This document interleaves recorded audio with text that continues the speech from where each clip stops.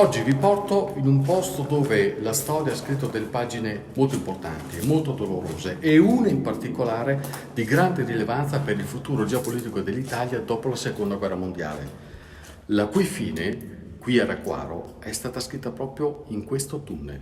Ascoltate un po'. È venerdì 20 aprile 1945. Che cosa succede a Requaro?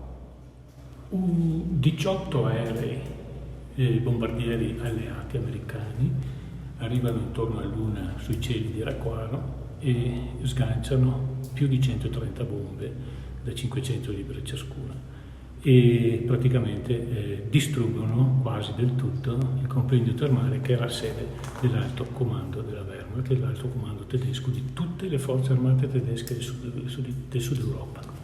Distruggono tutto tranne questo bunker. I bunker, che per la verità sono gallerie e bunker, resistono quasi del tutto. Questo in particolare resiste bene alla forza distruttiva delle bombe, tanto è vero che dopo appena 2 ore dallo sgancio degli ordigni, qui dentro si riesce a ristabilire tutti i collegamenti telefonici e radiofonici con Berlino. Però questo è anche il preludio a una resa che nasce qui dentro. È vero. E questo bombardamento che si verifica verso gli ultimi giorni della storia della guerra mondiale in Italia, siamo il 20 aprile, il 22 aprile, domenica, 2 giorni dopo, si tiene una riunione importantissima proprio qui a Requaro, dove i vertici del potere militare germanico decidono con grandi difficoltà ovviamente e resistenze la resa, che è la prima resa dei tedeschi in Europa. I tedeschi rimasero qui per circa un anno e fu un anno funestato da diverse azioni di rappresaglia dei criminali nazisti, rappresaglie che seminarono sangue, dolore, distruzione, la decimazione di intere famiglie. E questo bunker rappresentava il loro rifugio, rappresentava il luogo in cui si mettevano al riparo dai bombardamenti, e oggi è diventato un simbolo. Quindi è qui che di fatto è finita la guerra. Di fatto la guerra in Italia è finita qui a Requaro. Quanti sono a conoscenza di questo aneddoto e dell'importanza di questo luogo? Devo dire che intanto grazie al merito dell'associazione nata alcuni anni fa, l'associazione Bunker Requaro, si sta cominciando a parlare molto sui social, specialmente di questa realtà molto dimenticata della grande storia. Però lo sforzo sarebbe quello di far conoscere davvero al grande pubblico, oltre che agli studiosi che l'hanno ignorato finora, l'importanza decisiva di questo sito quando l'esercito tedesco, già ormai verso la fine della sua parabola, è stato costretto alla resa. Questo va comunque incoraggiato in tutti i modi possibili, perché è un momento di conoscenza fondamentale della Seconda Guerra Mondiale.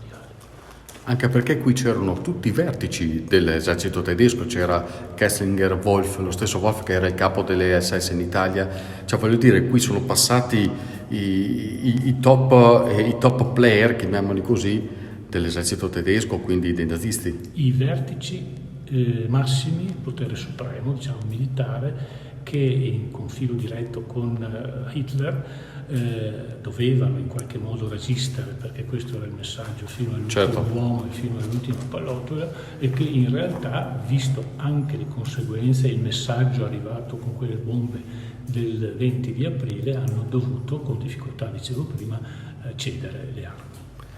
Lei è di Requaro? Sì. Che cosa prova a venire qua dentro? Ma è un pezzo di storia che tocca nel profondo, perché non vogliamo neanche dimenticare le vittime che ci sono state a seguito di questo bombardamento, che non ha distrutto solo le cose ma anche molte vite umane.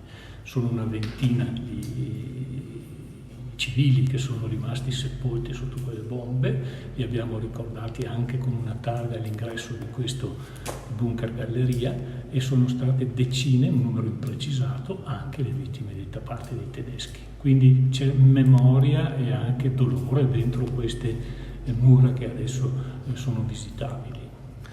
Com'era la presenza tedesca qui?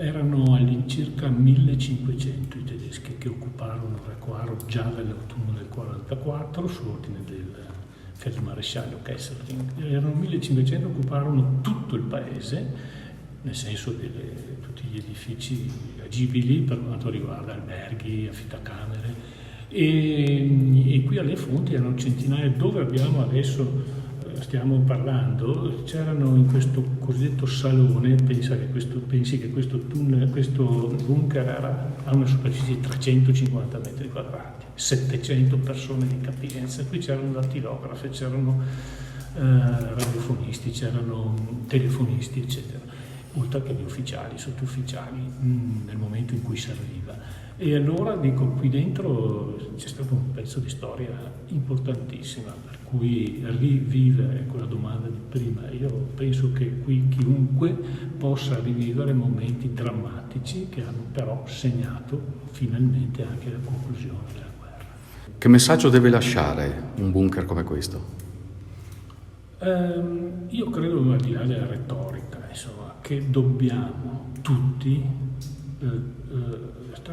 fare attenzione a due cose. Intanto non abbandonare e lasciare andare le testimonianze, perché qui questi muri parlano, queste difese, queste opere raccontano una storia, una verità, una vita di persone che hanno appunto trascorso qua dentro giorni, mesi, quasi un anno. Per cui questo è il primo compito della nostra generazione e anche delle future. E la seconda è quello di trasmettere il messaggio finale, che è quello: lasciamo perdere queste guerre che distruggono, lasciamo che il mondo si evolva verso uno stato di pace e che quello sì si dimentichi, e cioè l'odio fra i popoli.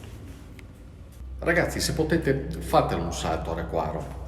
Una visita a questo bunker ti fa capire qual era la paura in cui si viveva in queste terre. È un luogo sinistro, come vedete, è un luogo in cui dentro fa freddo, c'è molta umidità, ed erano qui che questi criminali decidevano le sorti del mondo, o meglio, quelle che secondo loro dovevano essere le sorti del mondo. E invece, proprio qui, da Recoaro, per loro le sorti sono totalmente cambiate. Ciao ragazzi.